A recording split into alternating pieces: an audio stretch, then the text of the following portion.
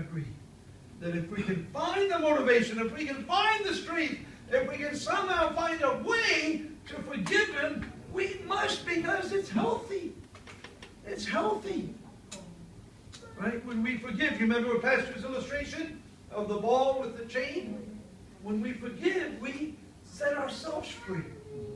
It's not that we're setting him free, we set ourselves free. To be able to live life, to be able to love life, to be able to experience whatever God has for us. And so that's what the world and the Bible agrees with. What would be different and what would be so exciting is the biblical answer on how to forgive. How do we forgive when it's so hard to forgive? I don't know what you've been through. I'm going to assume that many of you have been hurt much more than I've been hurt in my life. I'm going to assume. God calls you to forgive. God demands us to forgive.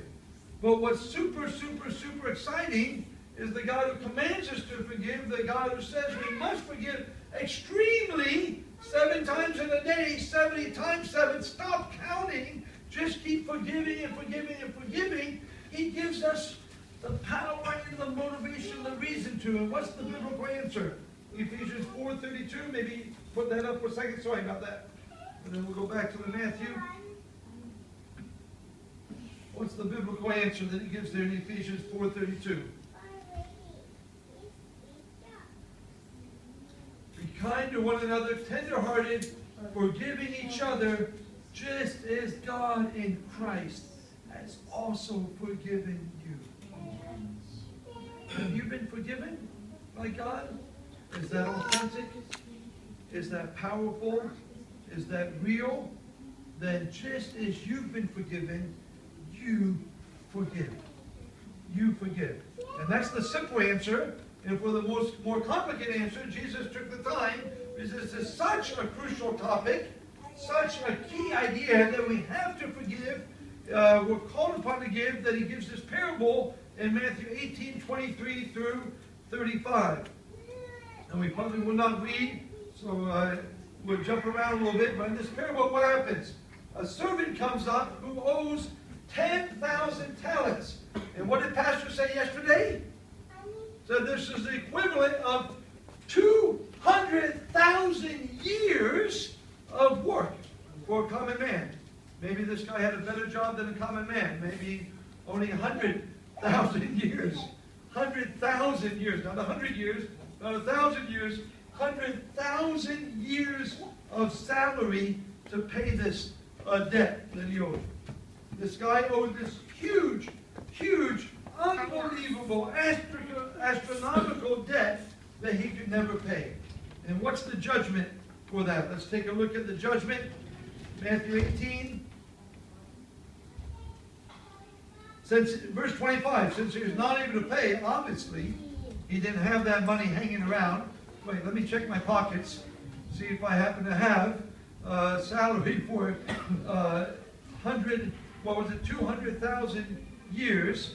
Since he didn't have that hanging around in his pockets any wells, since he was not able to pay, verse 25, his Lord commanded him to be sold along with his wife and children and all that he had in repayment to be made. And that, of course, would just be a fraction of the repayment. But the judge gave the king gave the only fair ruling. You are done. You owe way too much. You can't possibly pay. So you have zero say in this matter. You are nothing. And I need to get whatever I can from this mess. And so you're going to be sold. Your wife, who you committed to love for the rest of your life and protect for the rest of your life, guess what, buddy? You don't get to try to protect her anymore. You don't get to love her anymore. She's going to be sold because of you. Not because of anything she's done. Because of you, your wife is going to be sold into slavery. Your kids, this great gift that I gave to you and that you had big dreams of and who look to you as mighty, powerful daddy who can do anything and loves me and is going to protect me. Guess what? They're going to be taken from you. They're going to be sold.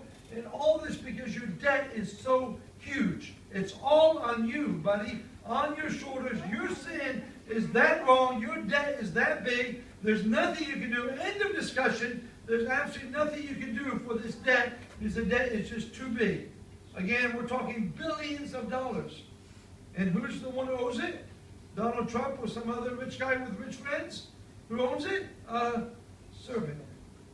Owes billions of dollars. How in the world does he owe billions of dollars? We're going to talk about maybe how in a little bit, but just impossible. Impossible. He's going to suffer. His wife's going to suffer. His kids are going to suffer. And what's his answer? He gives a very wrong answer as we take a look. The servant fell to his knees before him and says what?